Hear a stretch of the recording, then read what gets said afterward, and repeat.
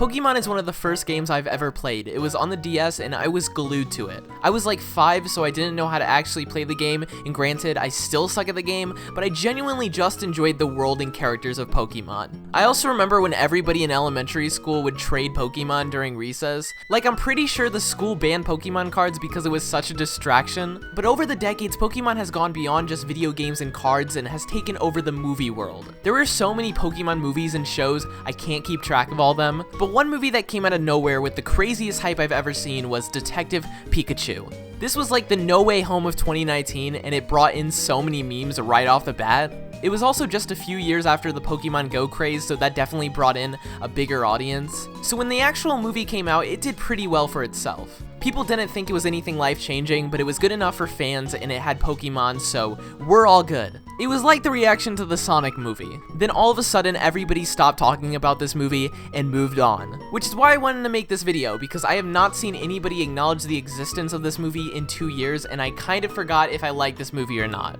As we all know, live-action movies more than most of the time suck. That's either because they ruin the entire reason animation works in the first place, or they just genuinely come off really cheesy. It's so much easier for me to take a cartoon more seriously than a real version of that cartoon. I don't know, it might just be me. So I took the time to rewatch it, and I'm gonna explain my overall feelings on this movie. Let's do it. Like, subscribe, Pokemon! We start off the movie with a Mewtwo completely breaking out of its cage and demolishing a random car.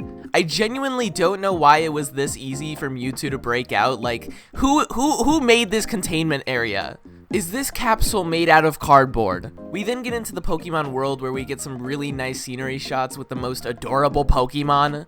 Like, now I can't decide if I want to live in Zootropolis or Rhyme City. We get an introduction to the main character Tim as he's with his friend hunting for a Cubone, and that obviously doesn't work out for Tim and his friend is just setting him up for disaster. It's a really cheesy scene that's so hard to get through, and by the end they literally just kill off this guy's father. I barely know this dude, let alone his dad. Give us some time, movie. They're so ready to get into the Pikachu parts that they completely forgot that they had to build this character beyond the Disney Channel acting scene. But that's all fine because we are now in the Pokemon world. I love Pokemon. Yeah! Basically, the point of Rhyme City is to have Pokemon coincide with humans, like no catching or any of that. Time to get myself a Pokemon. What are you doing?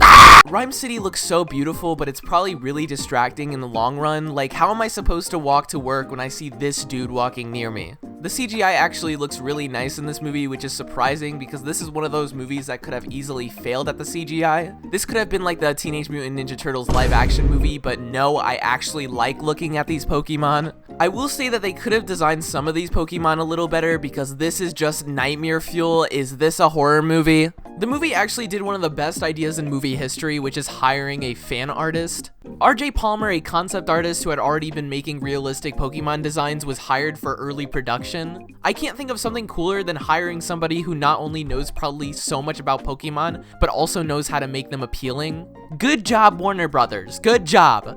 Also, the artist originally had Danny DeVito in mind for Detective Pikachu. We could have got this. We find out that when Tim was little, he wanted to be a Pokemon trainer and it never really worked out. Okay, now we're getting some character building. I like it. Thank you, movie. And on Tim's way to get stuff from his dad's apartment, he bumps into this girl who is investigating his father's disappearance. And he's all like, "Oh my god, woman!" There she is.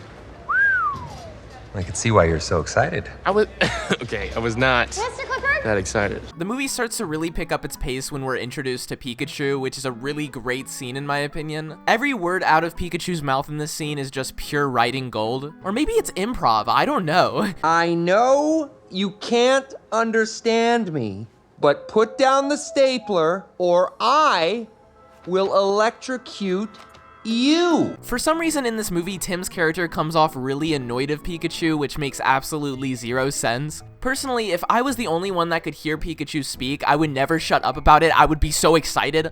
Did you guys know I can hear Pokemon? They don't know I can hear Pokemon. I'm still kind of iffy with Ryan Reynolds being Pikachu in this movie.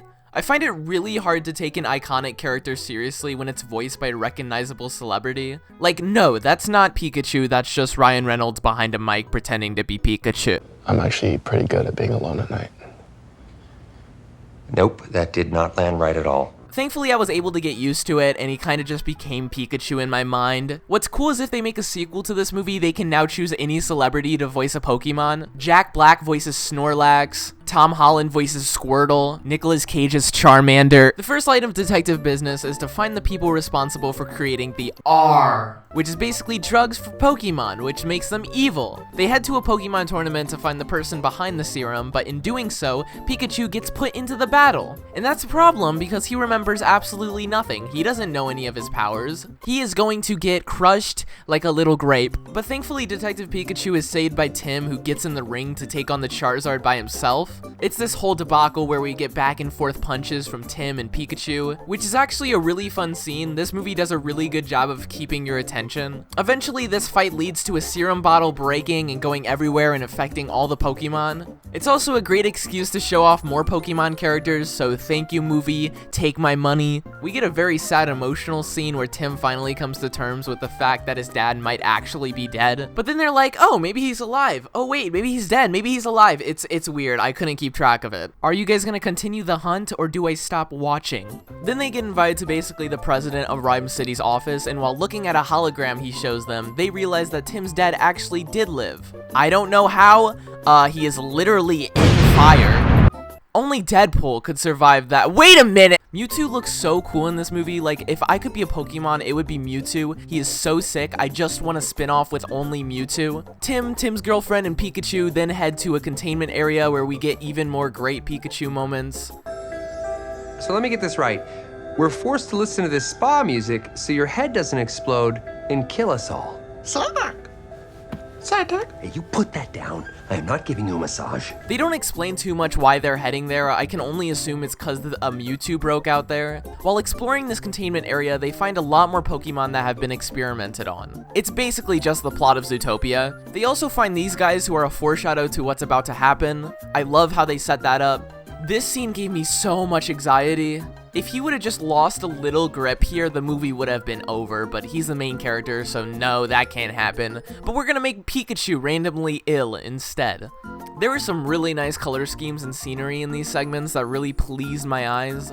Just something about this is so calming. But sadly, this is also where the movie gets weirdly stagnant for a few minutes for some reason. I feel like the actor just forgot his lines, so he just stood there. I think my only big issue with the movie is the villains. The main villains of this movie is the government, which I didn't see that coming at all. It isn't like that's what every villain has been in every Warner Brothers movie. Kong vs. Godzilla, who is the real villains? The government.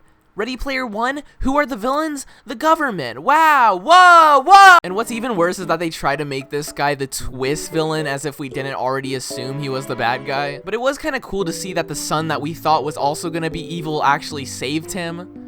That was a very nice twisty moment, but he gets obliterated anyway, so it didn't really matter in the long run. I did, however, think the whole mind-controlling Pokemon thing was a really cool idea, and they actually did it really well, only terrifying me a little in the process. This is where we get our biggest plot twist, where it's revealed that Pikachu is actually Tim's father. Also, Tim's father is apparently Ryan Reynolds. Why couldn't it be Chris Pratt? I actually think it's a really interesting plot twist. It could have been a lot worse. I wish they didn't make it so obvious leading up to it, but it was still cool nonetheless. I think overall I'm gonna give this movie an 8 out of 10 because unlike a lot of movies where I walk out feeling like they could have really used their opportunity more, this movie actually does use its opportunity. It doesn't waste too much time and the adventure they go on has enough action to not bore you, and the designs don't make me want to eat myself. I also think Pokemon really opens itself to a lot more possibilities for a movie than most movies that feel like they have to stick to the source material. So they really could have made anything, and as long as it had Pokemon, it would have been fine. The movie is a bit forgettable, but it could be because it's such a random concept for a movie.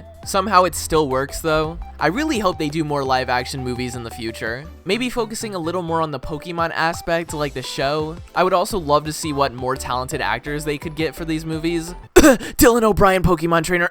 Andrew Garfield as Pokemon trainer. I remember after this movie there was so many rumors about there being sequels, but then nothing came about it.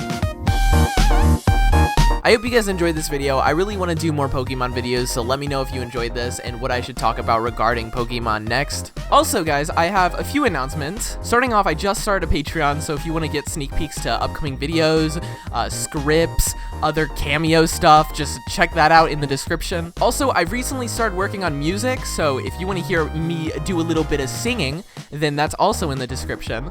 Stay awesome.